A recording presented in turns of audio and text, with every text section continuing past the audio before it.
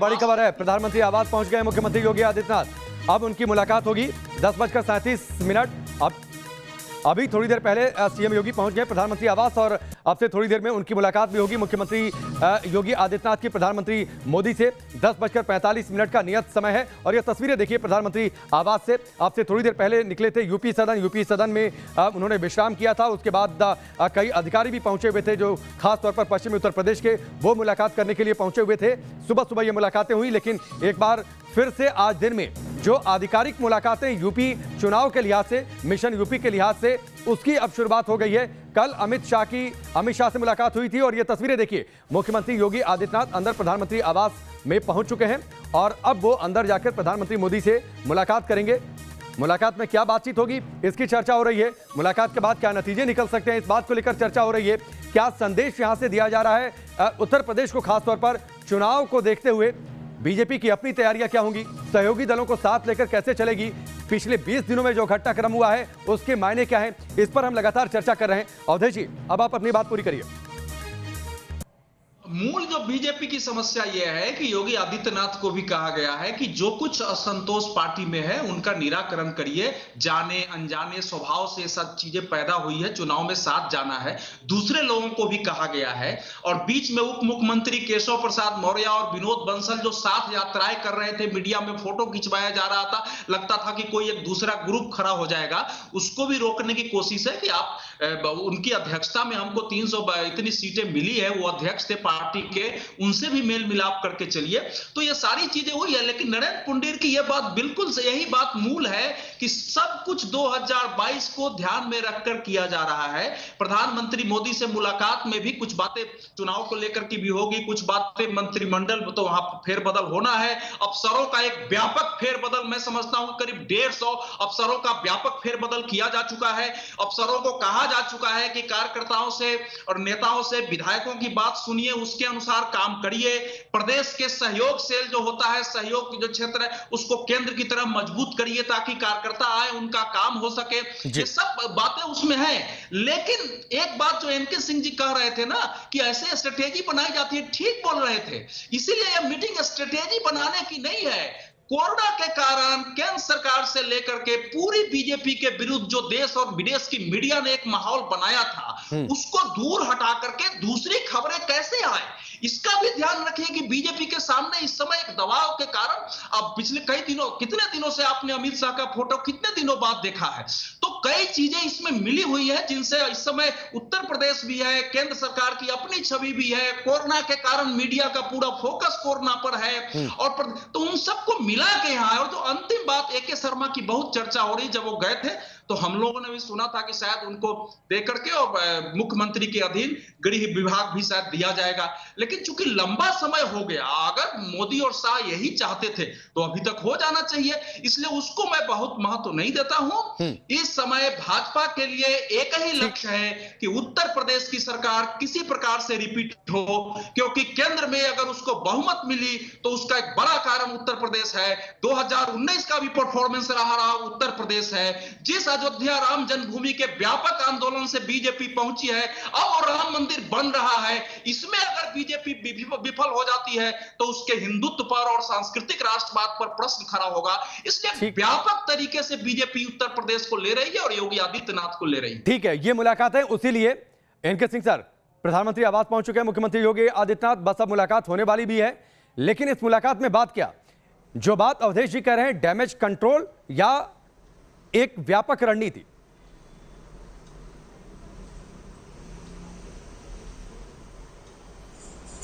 नहीं, जैसे कि व्यापक रणनीति बनानी है तो उसमें प्रधानमंत्री अगर बताएंगे कि इतनी व्यापक रखो, तो इसके बाद जब नड्डा से मिलेंगे तो वो क्या बताएंगे, बीएल संतोष से मिलेंगे तो वो क्या बताएंगे। इसलिए मुझे लग रहा है कि उसको थोड़ा क्रिटिकल व्यू से देखने की जरूरत है।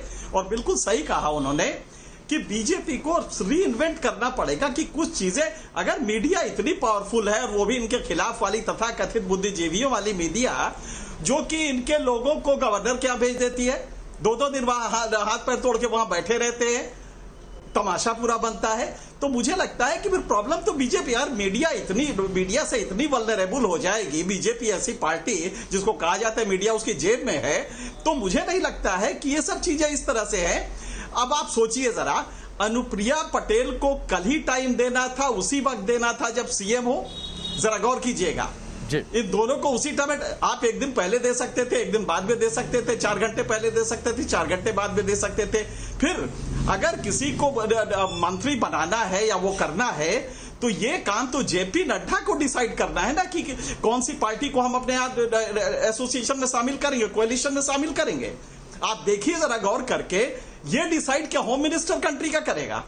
मेरे ख्याल से टेक्निकली ये जो लॉजिस्टिक्स है बीजेपी के समझ में नहीं आ रहा, और खास करके बंगाल में हार के बाद से कई स्टेप्स ऐसे लिए हैं जो सामने देखने पे आ रहा है। इसीलिए मैंने पहले इनके सिंह सर पूछा था कि चूंकि अमित शाह पहले सक्रिय भूमिका यूपी के चुनाव में निभा चुके हैं, एक बड़ी सफलता यूपी में वो दिला चुके हैं, तो इसलिए शायद उनके अनुभव का फायदा, पहले वो सामंजस्य स्थापित कर चुके हैं।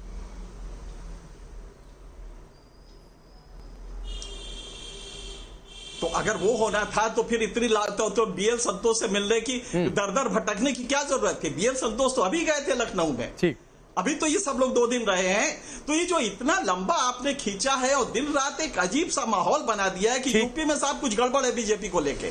ब्राह्मण नाराज है, बैकवर्ड नाराज है, मौर्य अलग घूम रहे हैं। तो मुझे लगता है कि इसको बहुत ही होशियारी, बीजेपी को हम जानते हैं, क्योंकि हमने ठीक है, सबको साधने की जरूरत है। माफी के साथ मैं रोक रहा हूं, ब्रेक लेना है इनके सिंह सर, मैं जल्द वापस लौटता हूं। देखिए घड़ी में 10:45 होने भी जा रहे हैं, यानी प्रधानमंत्री मोदी से जो मुलाकात का समय तय था मुख्यमंत्री योगी आदित्यनाथ का, वो समय अब हो चुका है। अंदर प्रधानमंत्री आवास में है, मुलाकात हो सकता है शुरू भी हो गई हो, लेकिन इस मुलाकात के मायने क्या, इस पर हम लगातार चर्चा करते रहेंगे, और इस मुलाकात का आउटकम क्या निकलेगा इस पर भी चर्चा करते रहेंगे। जल्द वापस लौटते हैं।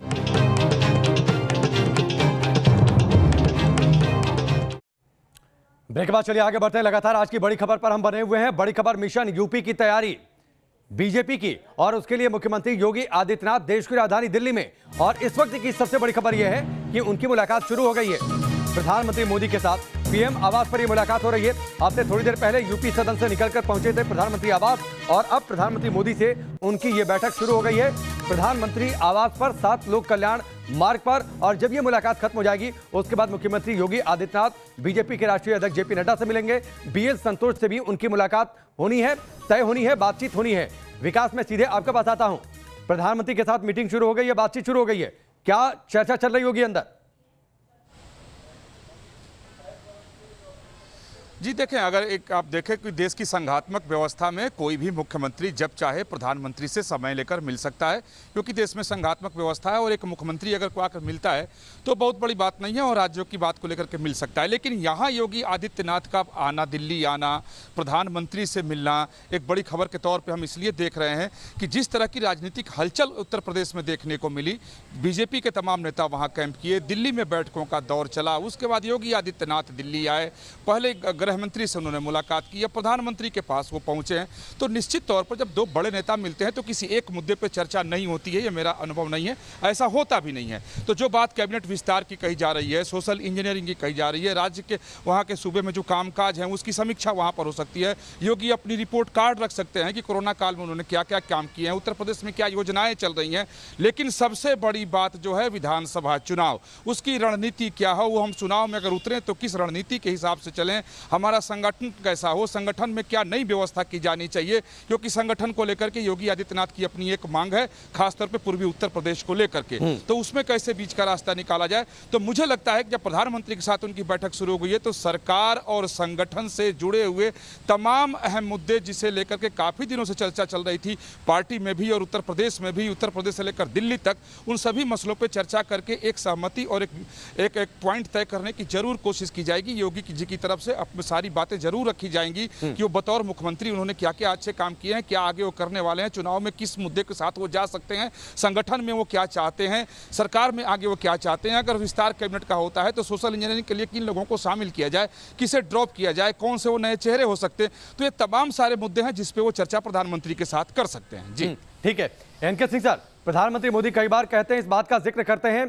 कि आप सब करिए लेकिन मेरी राजनीतिक समझ पर सवाल मत खड़ा करिए। इसका जिक्र वो संसद में भी कर चुके हैं।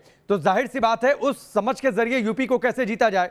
दूसरी बात, जिस कोरोना के काल के दौरान सरकार के कामों का जिक्र कई बार आलोचना हुई, जिसका जिक्र अवधेश जी भी कर रहे थे, जिसको लेकर सवाल उठे, तो एक प्रेजेंटेशन भी होगा मुख्यमंत्री योगी आदित्यनाथ की ओर से कि इतने बड़े सूबे में कोरोना को कैसे कंट्रोल किया गया, कैसे मिसमैनेजमेंट नहीं होने दिया गया, इन तमाम बातों की जानकारी भी होगी चुनावी चर्चा के अलावा।